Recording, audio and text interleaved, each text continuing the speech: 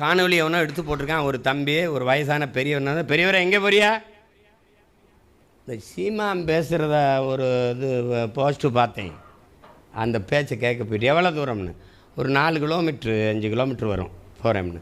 இந்த பஸ்ஸில் போட்டு எனக்கு காசு இல்லை, சும்மா நடந்தே போய் பேச்சை கேட்டு. அப்படி சீமான் பேச்சை கேட்குற எதுக்கு அப்படி தூரம்? பேச்சை கேட்குறத விட வேறு என்ன இருக்கே? அப்படி திருப்பி இப்படி வரியே, யாராவது வந்தால் அங்கிட்டு வருவேன், இல்லைனா அங்கே படுத்துட்டு அப்புறம் அடுத்த காலையில் நடந்து வருவேன்றப்ப. அப்போ பார்க்கும்போது என்ன சொல்லுதுண்ணா, டேய் லெலின்னு சொல்கிறான்ல, உன்னை விமர்சிக்கிறவனுக்கு நீ நிரூபிக்க போராடாத, உன்னை நம்பி நிற்கிறவனுக்கு உண்மையாக இருக்க போராடுன்ட்டு. சரி டேய், இவங்களுக்காவது நம்ம போராடி சாணம்டா, உண்மையாக இருந்து சாணப்பட வந்துருக்குல்ல.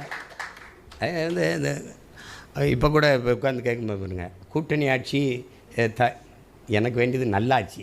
கூட்டணி ஆட்சி கூட்டில்லாத ஆட்சியெலாம் நமக்கு பிரச்சனை கிடையாது. ஆள் மாற்றம் ஆட்சி மாற்றம் நம் கனவு இல்லை, அடிப்படை அமைப்பு அரசியல் மாற்றம் தான் நம் கனவு.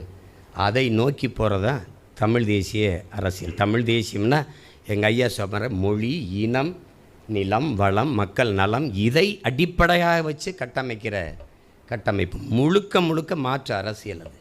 இவங்களை போல் திடீர்னு தமிழ் மேலே பற்று வரும் பாருங்க. இப்போ தேர்தல் வரும்போது வரும் பாருங்க.